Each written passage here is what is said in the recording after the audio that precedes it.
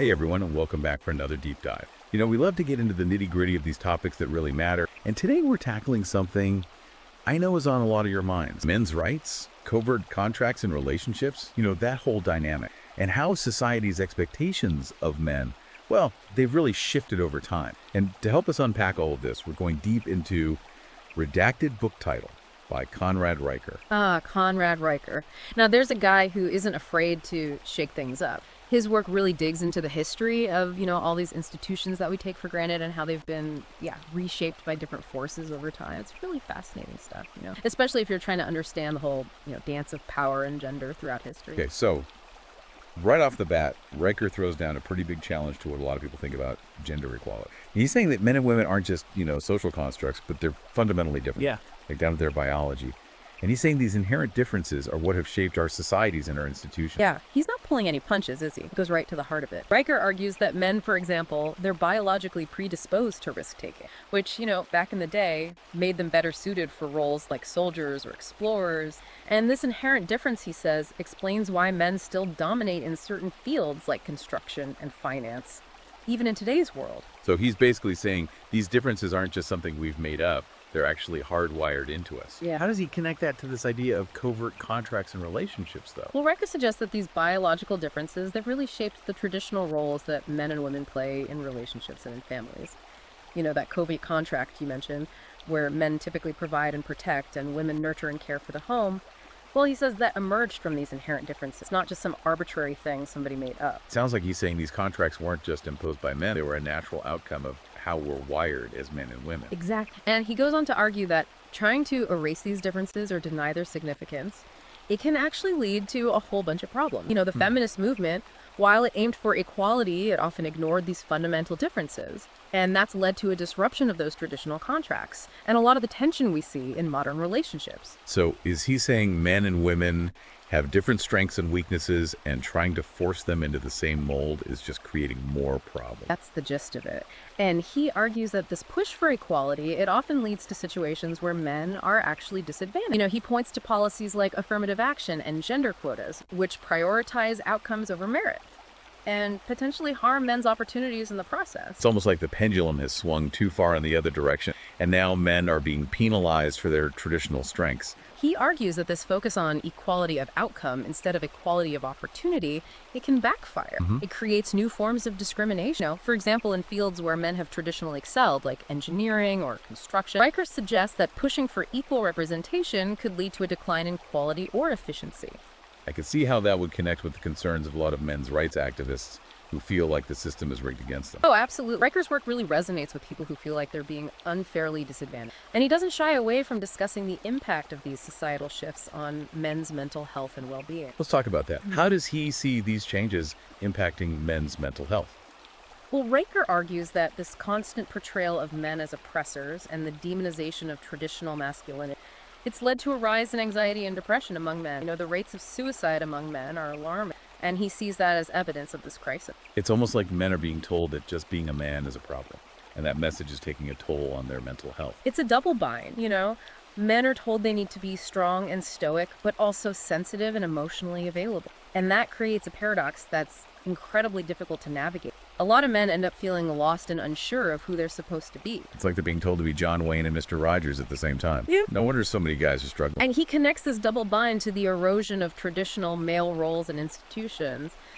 The decline of fatherhood, for example, has deprived men of a sense of purpose and belonging. It's a huge loss. That makes sense. If men are told their traditional roles aren't valued anymore, of course they're going to feel lost and uncertain. And this crisis of masculinity, it's further fueled by the influence of feminist narrative. In the education system, in the media, and the workplace, Reicher argues that men are constantly bombarded with messages that they're privileged, toxic, responsible for all the world's problems. It's relentless. Like they're the villains of the story no matter what they do. And that constant negativity has a profound impact on men's self-esteem, their sense of purpose. It's tough to deal with. So what's the way out of this mess? What does Reicher suggest we do to address this crisis of masculinity and find some balance in the whole gender dynamic? He doesn't advocate for a rejection of traditional masculinity. He actually wants us to reevaluate it. He thinks there are valuable aspects of those traditional male roles and behaviors that we've demonized unfairly.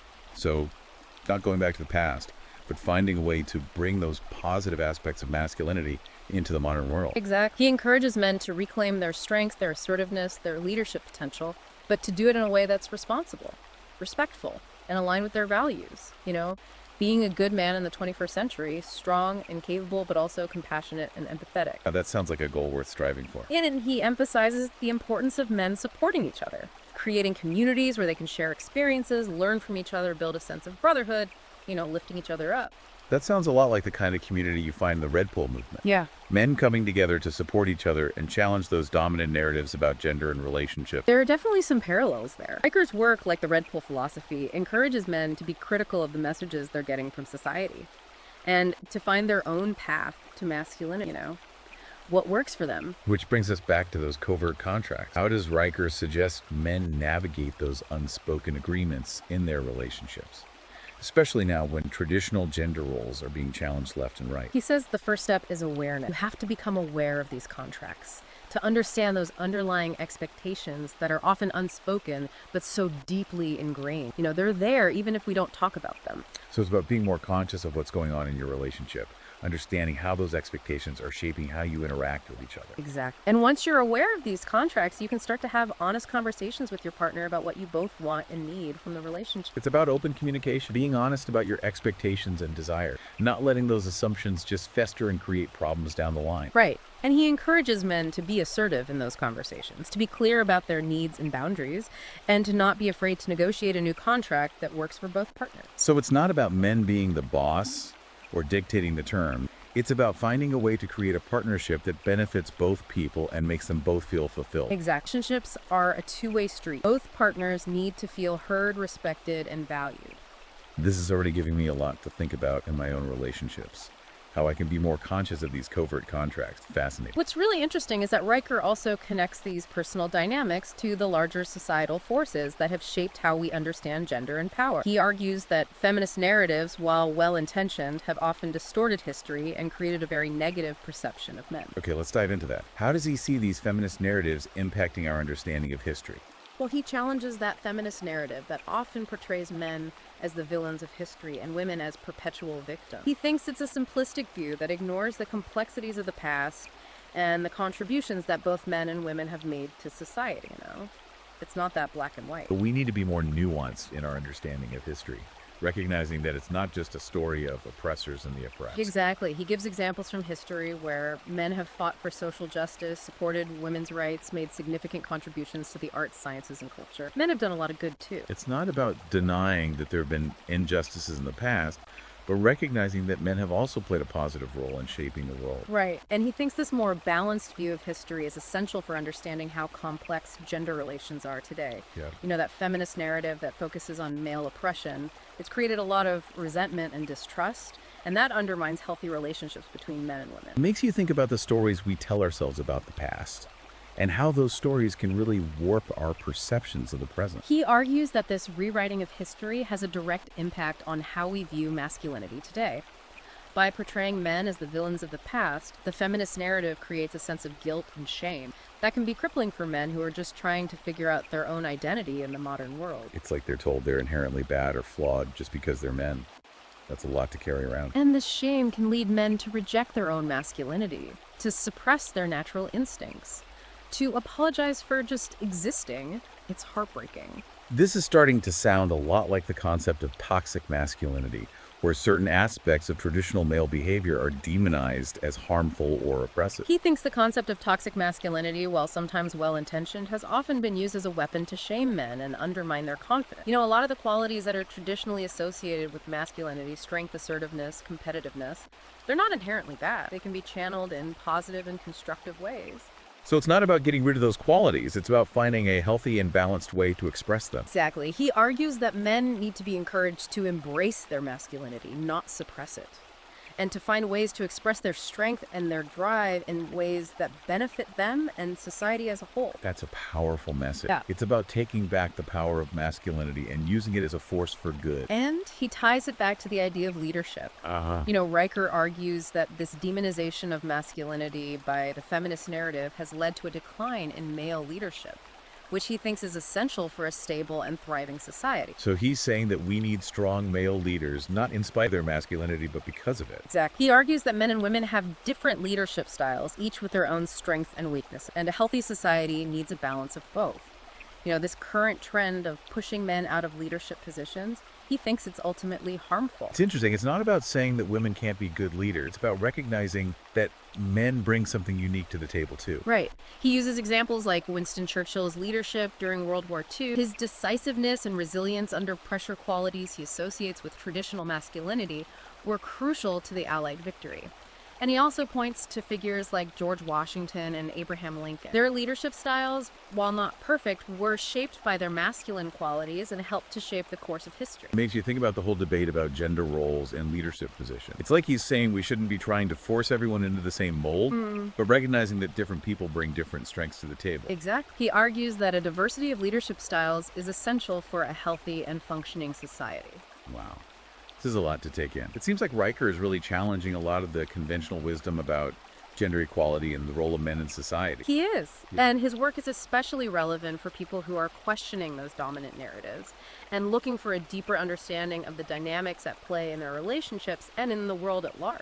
I can already see how this book could be incredibly valuable for anyone interested in men's rights, the red pill philosophy, or just understanding the history of gender roles and expectations. Absolutely.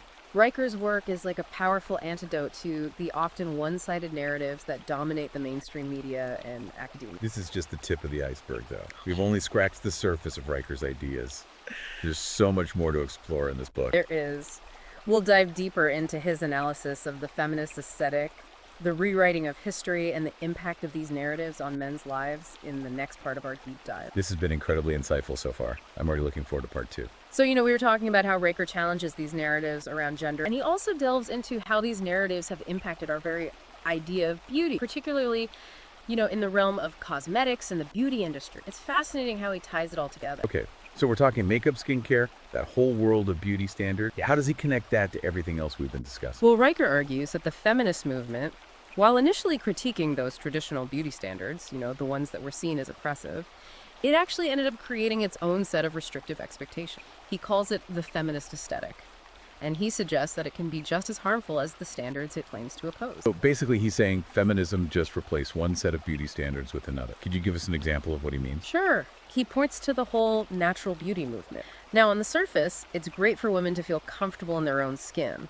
But Riker argues that the pressure to reject all forms of artificial enhancement, like makeup or cosmetic surgery, it can be just as intense as the pressure to conform to those old ideals. It's like a pendulum swing, from one extreme to the other. So now women are being judged for whether or not they wear makeup. It's like a whole new set of pressures and expectations. It's fascinating how these things evolve. Exactly. And it's not just about makeup either. Riker argues that the feminist aesthetic often promotes a kind of androgynous look, minimal makeup functional clothing, a rejection of anything that's seen as traditionally feminine. Think about the rise of athleisure and that whole comfort over style trend. Riker sees this as a reflection of that aesthetic. It's seeped into our culture in a big way. That's interesting. I can definitely see how that connects to his idea that feminism is trying to erase the differences between men and women. It's like a blurring of the lines between what's considered masculine and feminine. Exactly. And he goes even further. He argues that this aesthetic isn't just about personal style. It's actually infiltrated our institutions. He suggests that it's used to justify policies that disadvantage men in the workplace, like diversity quotas or mandatory sensitivity training. It's like a subtle form of discrimination. So men are being judged for not conforming to this new aesthetic, even in professional settings. It's like a whole new set of rules that they have to navigate. Precisely. He argues that men are often penalized for being assertive, competitive, or expressing traditional masculine traits, while women are often rewarded for adopting a more androgynous or even masculine style. It's a double standard that he finds troubling. That's pretty thought-provoking. Makes you wonder if these attempts to erase gender differences are actually creating more problems than they solve. It's like we're trying to fit everyone into the same box, and that can't possibly work for everyone. And he ties this back to the idea of societal stability. Riker believes that these trends are contributing to a decline in cultural norms and a sense of community. It's like the glue that holds society together is starting to come undone. So it's not just about individual men and women feeling lost or confused. It's about the very fabric of society itself starting to unravel. It's a pretty big picture perspective. That's exactly how he sees it. He argues that the push for political correctness and the rejection of traditional values have created a sense of fragmentation, a loss of shared identity. We're all becoming more isolated and disconnected from each other. That's a pretty bleak outlook. But I can see how it connects to some of the anxieties that people are feeling today. There's a sense that things are changing too fast and that we're losing something important in the process. Riker believes that we need to find a sense of balance. He argues that a healthy society needs both masculine and feminine energy, both traditional values and progressive ideas. It's not an either-or situation. It's about finding a way to integrate both. So it's not about going back to the past, but about finding a way to bring those positive aspects of the past into the present and blending them with the best of what the modern world has to offer. Exactly. He encourages people to be critical of the dominant narratives, to think for themselves and to find their own path, one that honors their values and their individuality. It's about taking ownership of your own life and not letting yourself be defined by someone else's agenda. This is making me think a lot about those covert contracts we were talking about in relationships. It's like those unspoken expectations about gender roles are being challenged and reshaped by these larger societal trends.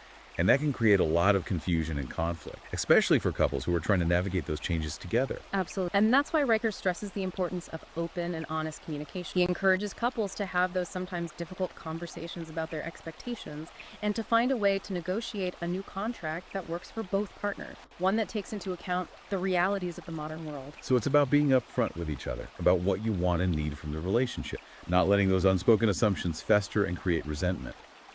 It's about being proactive and intentional, about creating a partnership that works for both people. Precisely. It's about acknowledging the challenges of navigating these changing dynamics, but also recognizing the opportunity to create something new and fulfilling together. It's about embracing the complexity and finding a way to make it work. This has been really eye-opening so far. I'm starting to see how these seemingly abstract ideas about feminism, masculinity, and societal trends, they actually have a very real impact on our everyday lives and relationships. All these pieces are starting to fit together. That's the power of Riker's work. He helps us to connect the dots and see the bigger picture. And he doesn't shy away from controversy. He really challenges some of the core tenets of feminism and the woke ideology that's become so prevalent in our culture. And that's what makes his work so valuable, especially for people who feel like their perspectives are being silenced or marginalized.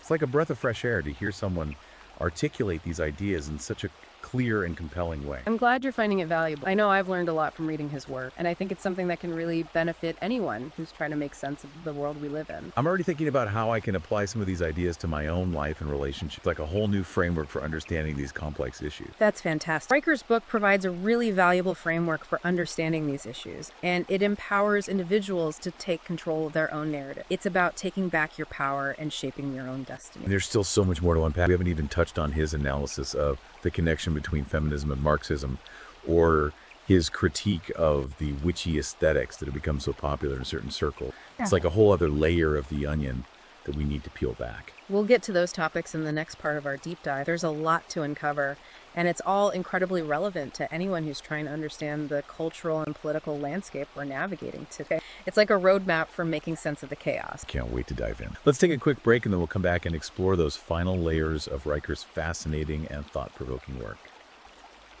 All right, we're back for the final part of our deep dive into redacted book title. We've covered so much ground already, from those covert contracts and the feminist aesthetic to the rewriting of history and that whole crisis of masculinity. It's been a wild ride. Now we're getting to some of Riker's most thought-provoking arguments, about the connection between feminism and Marxism, and his critique of what he calls those witchy aesthetics. This is where things get really interesting. These are some heavy topics. I'm curious to hear how he connects feminism to Marxism. That seems like a big jump to me. It might seem that way at first, but Riker argues that there's a deeper ideological connection between those two movements. He suggests that both feminism and Marxism, they share this common goal of dismantling those traditional power structures. Yeah. And creating, a more egalitarian society. It's not just about equality on the surface. It goes deeper than that. So it's not just about gender equality for feminists and economic equality for Marxists. Yeah. He's saying there's something more fundamental linking them together. Exactly. He traces this connection back to the writings of Karl Marx and Friedrich Engels. Those guys. Yeah. They saw the traditional family structure as a tool of capitalist oppression. They believed that it was designed to keep women subservient to men and to maintain the power of that ruling class. The family was just another cog in the machine. So the family was just another way for the powerful to exploit the powerless. Yeah. That's a pretty radical idea. It is. And Riker argues that a lot of feminist theorists have adopted and adapted these ideas, particularly those concepts of patriarchy and false consciousness. Those terms get thrown around a lot. but he gives them a very specific meaning. Okay, let's break those down. What does he mean by those terms? Well, patriarchy, as Riker defines it, it refers to that whole system of male dominance that he sees as permeating society and false consciousness. Well, that refers to the way that individuals are basically indoctrinated into accepting their own oppression. They come to believe that the system is fair and just, even when it's actually working against their own interests. So it's like a form of brainwashing. Okay. Where people are convinced that the system is working for them when it's actually exploiting them. That's the idea. And Riker suggests that feminist theorists, well, they use these concepts to explain why women have historically accepted those subservient roles. Yeah. They argue that women have been tricked into believing that they're inferior to men, that they don't have the same capabilities or rights. So it's not about women making choices. It's about them being victims of a system that's rigged against them. That's a pretty bleak outlook. It is. And Riker believes that this victim mentality can be incredibly disempowering. He argues that it prevents women from taking responsibility for their own lives and making choices that could lead to true fulfillment. It keeps them stuck in this cycle of blame and resentment. It's like he's saying that true empowerment comes from recognizing your own agency, not from blaming external forces for all your problems. You have to take control of your own life. Exactly. And he suggests that this focus on victimhood has also led to a demonization of men. Portraying them as the enemy rather than as potential allies in the pursuit of equality. It creates this division that makes it impossible to find common ground. Makes sense. If you see men as the oppressors, it's going to be pretty hard to work with them to create a better world. It's like you've already written them off as the bad guys. Right. And this ties into his critique of those witchy aesthetics that have become so popular in some feminist circles.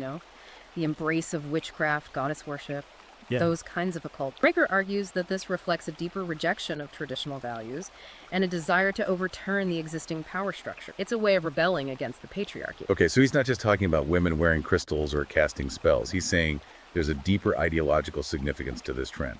Exactly.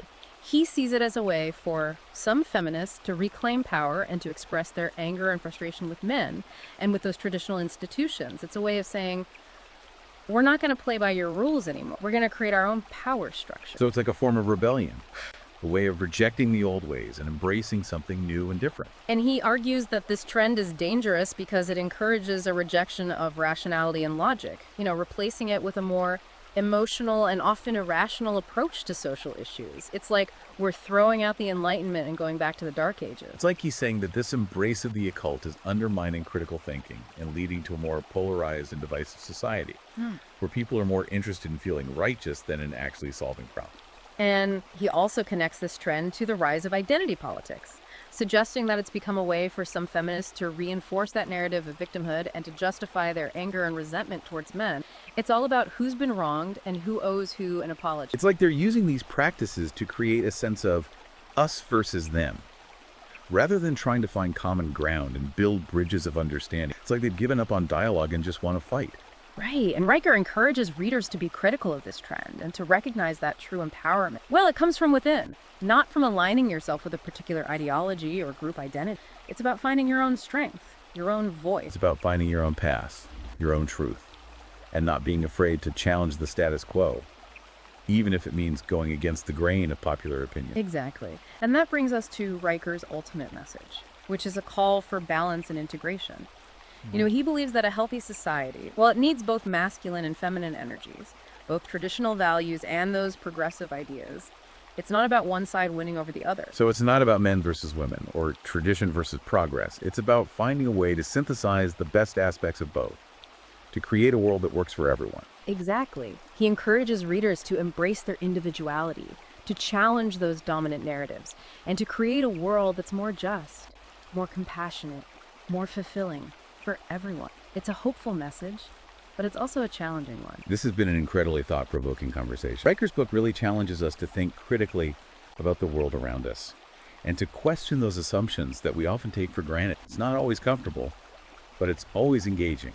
And if you're ready to dive deeper into these ideas and explore Riker's work for yourself, you can find Redacted Book Title on Amazon Kindle and Google Play Books. It's a book that will stay with you long after you finish reading it. This deep dive has definitely given me a lot to think about. And I'm sure it's done the same for you. Remember, true empowerment comes from understanding all sides of the story. Keep questioning, keep exploring, and keep shaping your own narrative. Thanks for joining us, and we'll see you next time for another deep dive.